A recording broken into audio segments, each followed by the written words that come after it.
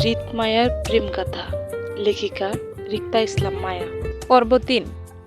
কাঠফাটা তপ্ত দুপুরে রোদে অতিষ্ঠ তরুণী। প্রহর তাপে যখন সূর্যটা মাথার উপর থাকে তখন মানুষের অবস্থা প্রায় সিদ্ধ আলুর মতন হয়। আমার অবস্থাটাও ঠিক সিদ্ধ আলুর মতন হয়েছে।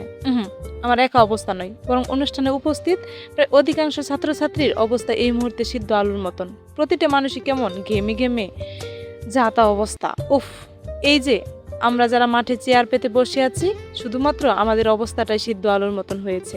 বাকিরা সবাই ভালোই আছে। স্টেজে বিশেষ অতিথিবৃন্দদের জন্য বিশেষ যান্ত্রিক ফ্যানের ব্যবস্থা দুর্যোগভাবে করা থাকলেও মাঠের আসনে বসা শিক্ষার্থীবৃন্দদের জন্য তেমন একটা যান্ত্রিক ফ্যানের ব্যবস্থা ছিল না। যা গুটি কয়েকটি ফ্যান রয়েছে, সেগুলো বেশ দূরে দূরে সেট করা, যার ফলে এই যান্ত্রিক ফ্যানের বাতাস যে কোথায় কার গায়ে লাগছে আল্লাহ জানে। আর এদিকে উফ, এই অতিষ্ঠ গরমে এবার সত্যিই মেজাজ খারাপ হচ্ছে আমার।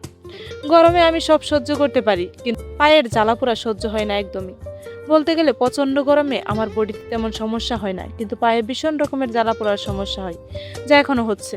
খোলা মাঠের মঞ্চে পিছনের সারিতে প্রথম চেয়ারটাতে বসেছিলাম আমি, আমার সাথে জুইয়ের সাথে আমাদের চট্টগ্রামের একটা নতুন বান্ধবী বসেছিল, নাম শ্রেয়া। তিনজনের হাতেই একটা করে রজনীগন্ধার ডালার সাথে গোলাপ ফুল বাঁধা তোড়া ছিল। অন্য হাতে ছিল খাতায় শক্তপোক্ত উপরে কাভার্ড পেজটা, যেটা দিয়ে নিজেকে অনবরত বাতাস করছিলাম গরম থেকে বাঁচার জন্য। আর স্টেজে বসা অতিথিবৃন্দদের একের পর এক ভাষণ শুনে শেষ করেছি। শরীরে গরম আর পেটে ক্ষুধা থাকতে মানবতার ভাষণে যতটা মনোযোগী হওয়া যায়, আমি ঠিক এই মুহূর্তে ততটাই মনোযোগী ছিলাম সংশ্লিষ্ট ভাষণে, যার জন্য প্রায় গাড় এদিক সেদিক ঘুরিয়ে রাস্তা খুঁজছিলাম এখান থেকে উঠে যাওয়ার। আমার চেষ্টা বরাবরই ব্যর্থ হচ্ছিল চারপাশে সিনিয়রদের পহরদারির জন্য। ব্যর্থতা আর অমনোযোগিতায় ফের চোখ ঘুরালাম স্টেজের দিকে।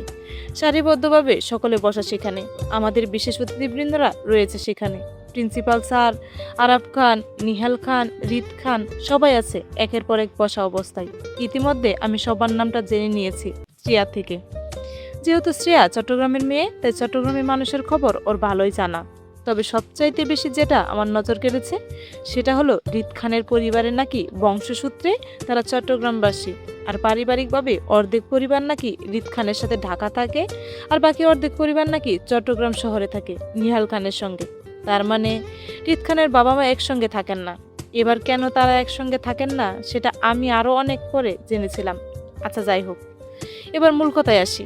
রিত খানের বাপ দাদারা বংশগতভাবেই তারা রাজনীতি করে, সে ব্রিটিশ আমল থেকে রাজনীতির খাতায় নাম তাদের। বর্তমানে রিত খান এই কলেজের ফাংশনে অ্যাটেন্ড করার মূল উদ্দেশ্য হলো ওনার বাপ দাদাকে রাজনৈতিক বিষয়ে সমর্থন করা। রিত খানের বাবা নিহাল খান বর্তমানে চট্টগ্রাম সদরের মন্ত্রী, জাতীয় সংসদ সদস্যের আসনপ্রাপ্ত নেতা। তিনি চট্টগ্রামেই থাকেন। বাবা আরাফ খানও বাকি পরিবারকে নিয়ে। রিত খান ঢাকা থাকেন মাকে নিয়ে। তবে ওনার প্রায়ই নিজের বাবার সঙ্গে দেখা যেত বিভিন্ন রাজনৈতিক কর্মকাণ্ডে জড়িত অবস্থায়। আমাদের কলেজের ফাংশনটা ছিল রিত খানের জন্য, তেমন একটা উদ্দেশ্য মাত্র বাবাকে সমর্থন করার। তবে এই বিষয়ে সঠিক ধারণা ছিল না। তবে বলতে হবে, লোকটা মানে রিত খান সত্যি অনেক দারুণ দেখতে, ফিদা হবার মতো সকল দিকে আপাতত ওনার মধ্যে ছিল। এই মুহূর্তে উনি ওনার বাবার পাশে বসে গম্ভীর মুখে নিজের দাদাভাইয়ের ভাষণে মনোযোগ সহকারে শ্রবণ করছেন, সেই বিষয়টিও চোখে লাগার মতন ছিল। ওনার গম্ভীর্য, ওনার পার্সোনালিটি সবকিছুই মনোমুগ্ধকর। আর এই জন্য আমার পাশে প্রায় অনেক মেয়ে স্টেজে ছবি তোলার বাহানায় শুধু ওনার ছবি তুলছে জুম করে করে। আমি সেটা দেখছি আর মনে মনে কি ভাবছিলাম জানেন? শুনতে হাস্যকর লাগলেও এটাই সত্যি যে সেদিন আমি পিছনের সারিতে বসে বসে শুধু লোকটার কয়টা গার্লফ্রেন্ড থাকতে পারে সেটার হিসেব করছিলাম। আরে ভাই, আপনিই বলুন, হিসাব করবোই না বা কেন? সুন্দর মানুষ চোখে পড়লে সর্বপ্রথম আমার মাথায় এই কথাই আসে যে তার হয়তো কোটিখানিক গার্লফ্রেন্ড বা বয়ফ্রেন্ড আছে। এছাড়া একজন সুদর্শন নেতা বলে কথা, নিশ্চিত তার বস্তা ভরে ভরে গার্লফ্রেন্ড আছে। নেতারা কি আর ভালো চরিত্রের মানুষ হয় নাকি? তলে তলে যে কত গাটের পানি খায় তার হিসাবেরা নিজেরাও দিতে পারবে না। রিত খানের করা অপমানটার জন্য আমি সেদিন তাকে একদল দুশ্চরিত্র নেতাদের দলে ফেলে মনে মনে বেশ করে শান্তি পেয়েছিলাম। কিন্তু কে জানতো আমার এই শান্তিটা মাত্র অল্প সময়ের জন্য স্থায়ী ছিল। রিত নামক লোকটার সাথে আমার দ্বিতীয়বার দেখা হয়েছিল সুলতানা ম্যামের অফিসে। বিকেল তখন 3টার ঘরে। সম্পূর্ণ অনুষ্ঠান শেষ করে আমি গিয়েছিলাম ম্যামের কাছে আমার ব্যাগ আর আরিফ ভাইয়ার ফোন ফিরিয়ে আনতে, যেটা আমি তখন তাড়াহুড়োয় বলে এসেছিলাম ম্যামের কাছে। জুই আমার জন্য কলেজ গেটে অপেক্ষা করেছিল শ্রেয়ার সাথে। বাকি স্টুডেন্টরা যার মতো বাসায় ফিরছিল, যে যার মতো। আমরাও চলে যাব, কিন্তু ব্যাগের জন্য পুনরায় ফিরে আসতে হয়েছে আমাকে সুলতানা ম্যামের কাছে। দরজার বাইরে দাঁড়িয়ে ম্যামের কাছ থেকে পারমিশন নিয়ে ভিতরে ঢুকতে হতভম্ব হয়ে যাই আমি। এতক্ষণ যাও একটু সাহস ছিল মনে, এখন পুরোপুরি নার্ভাস আর চুপসে যাই কক্ষের ভিতর রিত খানের উপস্থিতি দেখে।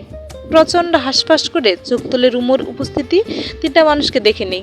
রিত খান ল্যাপটপের সম্মুখে বসে কিছু একটা দেখছেন, আর ওনার পাশে দাঁড়িয়ে থাকা লোকটা রিত খানকে ল্যাপটপের স্ক্রিনে কিছু একটা দেখতে সাহায্য করছে, বুঝিয়ে বুঝিয়ে বলে। আমি বুঝলাম হয়তো তারা জরুরি কোনো প্রজেক্ট নিয়ে আলোচনা করছে। আমি রুমে ঢুকতেই প্রথমে চোখাচোখি হয়েছিল রিত খানের সঙ্গে, সেজন্য তখনকার অপমানিত চক্ষু লজ্জাটা বেশ লেগেছিল আমার। অতিরিক্ত টেনশনে আমার নার্ভাসনেসের জন্য ওনার উপর দিকে দৃষ্টি সরিয়ে ম্যামের দিকে তাকালাম। ম্যাম আমার দিকে তাকিয়েই কপাল কুঁচকে হাতে কিছু কাগজপত্র নিয়ে, হয়তো তাড়াহুড়োয় ম্যাম এই কাগজগুলো গুছাচ্ছে। আমাকে দেখেই ম্যাম বলে উঠল, কি চাই? আমি হাসপাস করে আর চোখে রিত খানের দিকে তাকালাম। দেখলাম উনি এক পলক আমাকে দেখে পুনরায় নিজের কাজে মনোযোগ দিয়ে গেছেন ইতিমধ্যে। তার মানে আমার দিকে আপাতত ওনার মনোযোগ নেই। আমি অস্বস্তিতে হাসপাস করে ইতস্ত গলায় বললাম ম্যামকে, ম্যাম আমার ব্যাগ আর ফোনটা চাই। ও, তোমার ব্যাগ আর ফোন আমি টিচার্স রুমে রেখে এসেছিলাম তখন। তুমি অফিস সহকারী সাজিদকে বলো আমার কথা, সে তোমার ব্যাগপত্র দিয়ে দিবে, যাও। জি ম্যাম। জড়তায় মাথা নাড়িয়ে ম্যামকে সম্মতি দিয়ে আর কোনো দিকে না তাকিয়ে চলে যেতে চাইলাম। চুপিসারে সোজা ঘুরে বের হতে চাইলাম, তখনই শুনলাম রিত খানের গম্ভীর গলা, আপনি খেয়েছেন? কিছুটা চমকে পিছনে ফিরলাম। রিত খান নামক একজন অপরিচিত মানুষ আমার খাওয়া দাওয়ার কথা জিজ্ঞাসা করছে। বিষয়টি আমার কাছে বেশ অবাক করা ছিল, তাই পিছনে ঘোরার সাথে সাথে রিত খানের উদ্দেশ্যে মিহিসরে বলে ফেললাম, না স্যার। আমার উত্তরে সাথে সাথে তৎক্ষণাৎ আরও একটি উত্তর আসলো আমার কানে। পাশ থেকে রিত খানের কথার উত্তর দিয়ে সুলতানা ম্যাম বলল, না স্যার, খাবো একটু পর। বুঝলাম ভুল জায়গায় ভুল কথা বলে ফেলেছি আমি। আপনি খেয়েছেন সমাদরের কথা রিত খান আমাকে নয় বরং সুলতানা ম্যামকে জিজ্ঞেস করেছিল। আমি মাঝ থেকে বিন দাওয়াতি মেহমান হয়ে গেলাম তাদের মধ্যে। না বুঝে অন্যের কথায় উত্তর দিয়ে নিজেই লজ্জিত হলাম। উফ, কি লজ্জা, কি লজ্জা! আসলে বিভ্রান্তিকর লজ্জার পরিস্থিতি কাকে বলে সেদিন আমি হাড়ে হাড়ে টের পেয়েছিলাম রিত খানের সামনে। আজও আমার সেদিনের লজ্জাজনক পরিস্থিতির কথাটা মনে হলে হাত পা ছড়িয়ে কান্না করতে ইচ্ছে করে। উফ, কি লজ্জাটাই না পেয়েছিলাম আমি! লজ্জায় কারো দিকে তাকাতেও পারছিলাম না, বরং লজ্জিত হয়ে আমি যখন নিজের দৃষ্টি লুকাতে ব্যস্ত, ঠিক তখনই শুনলাম রিত খানের পুনরায় গম্ভীর গলার স্বর। তিনি ম্যামকে বললেন, আপাতত আপনার এখানে কাজ নেই ম্যাডাম, যান আপনি গিয়ে খেয়ে আসুন, বাকিটা আসিফ দেখে নেবে। রিত খানের কথায় সুলতানা ম্যাম আপত্তি করে বলতে চাইল, জি স্যার যাচ্ছি, কিন্তু আপনার। ম্যামকে বলতে তিনি পুনরায় বললেন, আপনি এখন আসতে পারেন ম্যাডাম। ওনার অবাধ্য গলায় আমি চমকে উঠে চোখ তুলে তাকাতেই চোখাচোখি হলো দুজনে। তার মানে এতক্ষণ যাবৎ উনি আমার দিকে তাকিয়ে কথাগুলো ম্যামকে বলছিল। প্রচণ্ড অস্বস্তি দ্রুততার সঙ্গে নিজের দৃষ্টি নিচে নামিয়ে নিলাম। এতক্ষণ যাবৎ বোকার মতো ওনার সামনে দাঁড়িয়ে আছি। বিষয়টি বুদ্ধগম্য হতেই আস্তে ধীরে ম্যামের পিছন পিছন আমিও বের হতে চাইলাম, কিন্তু পিছন ঘুরতেই রিত খানের ডাক কানে আসলো তৎক্ষণাৎ, আপনি থাকুন মিস। আমি এবার আরও বোকার মতো দাঁড়ালাম না।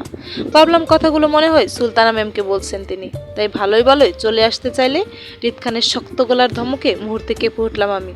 এই মেয়ে, তোমাকে থাকতে বলছি না আমি, কোথায় যাচ্ছ তুমি? ধমক খেয়ে সাংঘাতিক চমকেছিলাম আমি। লোকটা তো সুবিধার নয়, সাংঘাতিক অসুবিধার মানুষ তিনি। জানা নেই একটা অপরিচিত মেয়েকে এত বড় ধমক দিবে! আল্লাহ! সকালে প্রিন্সিপাল স্যারের রুমে অপমান করলো, আর এখন শাসাচ্ছে। কিন্তু কেন? কি দোষ করেছি আমি? নাকি আমরা পূর্ব পরিচিত? কই, আমার তো কিছু মনে পড়ছে না জীবনে কখনো এই ব্যক্তির সাথে আমার দেখা হয়েছে বলে। লোকটার ধমকে আরও ছিটিয়ে গেলাম আমি। বুকের ভেতর ভয় নামক হৃৎপিণ্ডটা কেমন ধূপধাপ করে সারা শরীরে লাফালাফি করে জানান দিচ্ছিল যে কোনো সময় কাঁপতে কাঁপতে আমাকে অজ্ঞান করে দিবে সেটা। অতিরিক্ত বয়ে যেমন মানুষের দিশেহারা হয়ে যায়, আমার অবস্থাও ঠিক তেমনই হয়েছিল। অতিরিক্ত বয়ের কারণে মুখ দিয়ে তেমন কোনো কথা বের হচ্ছিল না। হাত পা ঠান্ডা অনুভব করছিলাম, গলা দিয়ে তেমন বলার মতো জোর পাচ্ছিলাম না নার্ভাসনেসের জন্য। তারপরেও নিভে যাওয়া গলায় একটু করে পিছনে ঘুরে বলেছিলাম, জি আমাকে। তৎক্ষণাৎ শক্ত গলায় উত্তর আসলো ওনার, ইয়েস ইউ, কাম হিয়ার, এদিকে আসো। ছেড়ে রাখা শাড়ির আঁচলটা একটু চেপে নত মস্তিষ্কে 2 কদম এগিয়ে ওনার সম্মুখে দাঁড়াতেই উনি বললেন, পেছনের সারিতে বসার মতো কি পড়াশোনাতেও পিছনে আছেন নাকি আপনি? চমকে উঠে লোকটার দিকে তাকালাম ভাসা ভাসা সুখে। শুধু চমকিয়েছি বললে ভুল হবে, ভীষণভাবে হতবাক হয়েছিলাম যে এত মানুষের ভিড়ে লোকটা আমাকে লক্ষ্য করেছিল, যে আমি কোথায় বসেছিলাম, দেখতে পেয়েছিল আমি পিছনের সারিতে বসেছিলাম। সেটা অবশ্য দেখতেই পেয়েছেন, না দেখতে পেলে এই মুহূর্তে কি করে আমাকে খোঁচা দিত আমার পিছনে বসা নিয়ে। আমার হতবাক চেহারার দিকে তাকিয়ে উনি ফের প্রশ্ন করেন আমাকে, মিস অর মিসেস? ওনার কথার মানে প্রথমে বুঝতে না পেরে অবুঝ গলায় বললাম, married or unmarried? G unmarried. মানে সিঙ্গেল? ওনার কুচকানো কপালের দিকে তাকিয়ে বুঝলাম আমার কথা ওনার মন মতো হয়নি, হয়তো অন্য কোনো উত্তরের প্রত্যাশা করেছিল, এমন টাইপ হবে। আমি ওনার দৃষ্টিতে মাথা নাড়িয়ে সম্মতি দিয়ে জানাই, আমার কথায় উনি চেয়ার ছেড়ে উঠে দাঁড়ালেন, পাশের লোকটাকে ডিঙ্গিয়ে আমার সম্মুখে এসে দাঁড়ালেন টেবিলের সঙ্গে ঠেস দিয়ে। অক্রুশে হেয়ালি গলায় বলে, আজকাল বিবাহিত অবিবাহিত মেয়েদের চেনার উপায় নেই, সবাইকে দেখতে কেমন একই রকম লাগে। এজন্য আজকালকের মেয়েগুলা সহজেই মিথ্যা বলে নিজেদের সিঙ্গেল দাবি করতে পারে, তাই না? আচ্ছা যাই হোক, সেসব কথা বাদ। আপনি নিশ্চয়ই অবিবাহিত সিঙ্গেল নারী হবেন, আর আমাকেও সত্যি বলছেন, এটাও আমি বিশ্বাস করি। তবে আমার মিঙ্গেল প্রতারক একজন বিবাহিতা মহিলাকে চাই। আপনি সে নন, তাই আমার আপনার প্রয়োজন নেই। আপনি আসুন। লোকটার পরপর কথায় হা হয়ে গেলাম আমি।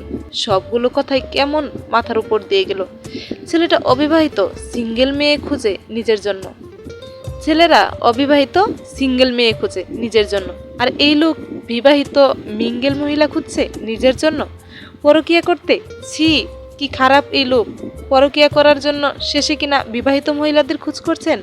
ছি, এত রুচি খারাপ নেতাদের হয়! প্রচণ্ড ঘৃণায় গা শিরশির করে ওঠে আমার। যাও লোকটার উপর চোখের দেখায় ভালো লেগেছিল, কিন্তু লোকটার রুচি সম্পর্কে জেনে ততটাই গা ঘিনঘিন করে ওঠে অরুচিতে। লোকটার চরিত্রে খারাপ, এই কথাটি সর্বপ্রথম আমার মস্তিষ্কে সেদিন ঢুকেছিল হৃদ খানের বিরুদ্ধে। হওয়ার কথাও ছিল। আমার জীবনে কোনো নাটক বা সিনেমার কাহিনী ছিল না যে নায়িকাদের মতো নাটক করে ভনিতা করে সব কিছু উড়িয়ে দিব, বরং আমি ওনার কথাগুলো বাস্তব ভিত্তিতেই নিয়েছিলাম। হঠাৎ দেখা হওয়া হৃদ খানের পরপর কথাগুলো আমার কাছে বেশ অন্যরকম লেগেছিল। বাস্তবে আমার সাথে কোনো পুরুষ যদি হঠাৎ দেখায় এমনভাবে কথা বলে, তাহলে আমার তার সম্পর্কে ঠিক দুটো ধারণাই করি। এক, হয়তো সামনের লোকটা পাগল, নয়তো তার ক্যারেক্টারে সমস্যা আছে। আমার ক্ষেত্রেও তাই হয়েছিল। হৃদ খানকে পাগল বলার প্রশ্নই ওঠে না, কারণ হৃদ খানকে অত্যন্ত ঠান্ডা মাথায় সব কিছু হ্যান্ডেল করতে দেখেছিলাম আমি। তাই দ্বিতীয় কারণটা আমার মস্তিষ্কে গেঁথে গিয়েছিল হৃদ খানকে নিয়ে। আমি যখন হৃদ খানের ক্যারেক্টার নিয়ে চিন্তা ভাবনায় বিভোর ছিলাম, ঠিক তখনই আমার ধ্যান ভাঙে আবারও ওনার প্রশ্নে, নাম কি? লোকটার হঠাৎ প্রশ্নে আবারও অবাক হয়েছিলাম, কারণ ওনার সামনে তো সকালে ওনার দাদাভাইকে আমি আমার নামটা বলেছিলাম। তখন কি উনি শুনতে পাইনি আমার নামটা, নাকি শুনেও এখন নাটক করছে আমার সাথে? জি আমার। আপনার কি মনে হয় আমার নাম আপনার কাছে জানতে চাইবো? লোকটার তেরামি কথাই বুঝলাম হৃদ খান মোটেও সহজ সরল মানুষ নয়। আমার মতন অপরিচিত মানুষের সাথে যদি তার এত তেরামি হয়, তাহলে পরিচিত মানুষদের সাথে এই লোক কতটা তেরামি করে আল্লাহ জানেন। এত তেরামি করার জন্য ওই লোকের একটা গার্লফ্রেন্ড টিকেছে কিনা কে জানে। তাছাড়া আমার মনে হচ্ছে লোকটা আমার নামটা জেনেও তেরামি করে আমার কাছে পুনরায় জিজ্ঞেস করছে। এজন্য আমি হৃদ খানকে পরীক্ষা করার জন্য মিথ্যা একটা নাম বলে ফেলি চট করি, ইসরাত জাহান। নামটা শুনে বয় বই দিয়ে তাকালাম ওনার দিকে, যদি মিথ্যা নাম বলার অপরাধে আবারও ধমক দেয় আমাকে সেই বয়ে। কিন্তু না, লোকটা তেমন কিছুই করলো না, বরং স্বাভাবিক দৃষ্টিতে আমার দিকে তাকিয়ে থাকলো কিছুক্ষণ, যেন উনি কোনো কারণে হতাশ হলেন আমার এই উত্তরে। ওনার হতাশ হওয়া ফেসটা দেখে বুঝলাম উনি সত্যি সত্যি আমার সকালে বলা নামটা শুনেননি। হয়তো কাজের মাঝে ছিল বলে আমার নামটা লক্ষ্য করেননি তখন, এজন্য হয়তো পুনরায় আমার কাছে নামটা শুনে শিওর হতে চেয়েছিলেন কোনো কিছু নিয়ে। কিন্তু আমি ওনাকে পরীক্ষা করতে গিয়ে ভুল নাম বলে ফেললাম। এখন সত্যিকারের নামটা বললে নিশ্চয়ই উনি আমাকে মিথ্যাবাদী বলে মনে করবেন, এজন্য চুপ করে গেলাম নিজের নামটা ওনাকে না বলে। নামটা সুন্দর, তবে আমার পছন্দ নয়, আউট। আবারও অপমান। লোকটা কি আর কোনো কাজ নেই, নাকি যখন তখন আউট বলে অপমান করে আমাকে? আমি কি ইচ্ছে করে এখানে আসছিলাম নাকি? বরং উনিই তো আমাকে একের পর এক প্রশ্ন করে এখানে আটকাচ্ছেন বারবার। মনে মনে অনেকটা যেতে গেলেও মুখে প্রকাশ করলাম না কিছু, বরং নম্রভাবে মাথা নামিয়ে সম্মতি নিয়ে রুম থেকে বের হতে চাইলে ফের শুনলাম হৃদ খানের প্রশ্নসিক্ত গলার স্বর, তিনি আমাকে উদ্দেশ্য করে বলছেন, আচ্ছা, ব্রাহ্মণবাড়িয়ার সব মেয়েরাই কি বেয়াদব, প্রতারক, পলাতক আর ঝগড়াটে হয়, নাকি ভালো মেয়েও পাওয়া যায় ব্রাহ্মণবাড়িয়াতে? ধৈর্যসীমা অতিক্রম করেছিল সেদিন রিত খান। তারপর জোর গলায় লোকটাকে কিছু বলতে পারিনি। এমনি লোকটা বারবার ব্রাহ্মণবাড়িয়ার সম্পর্কে আজে বাজে কথা বলে, আমাদের বদনাম রটাচ্ছে। এখন আমি যদি পাল্টা উত্তর করতাম, তাহলে লোকটা নিশ্চিত আমাকে আঙ্গুল দেখিয়ে দিয়ে বলতো, এই তো তুমি ব্রাহ্মণবাড়িয়ার বেয়াদব ঝগড়াটে মেয়ে। শুধু নিজের মাতৃভূমির বদনাম হবে বলে রাগ চেপে হনহন করে বেরিয়ে পড়েছিলাম লোকটার সামনে থেকে। নয়তো লোকটা যা তা বলে আমাকে আরো অপমান করতো সেখানেই থাকলে চলবে।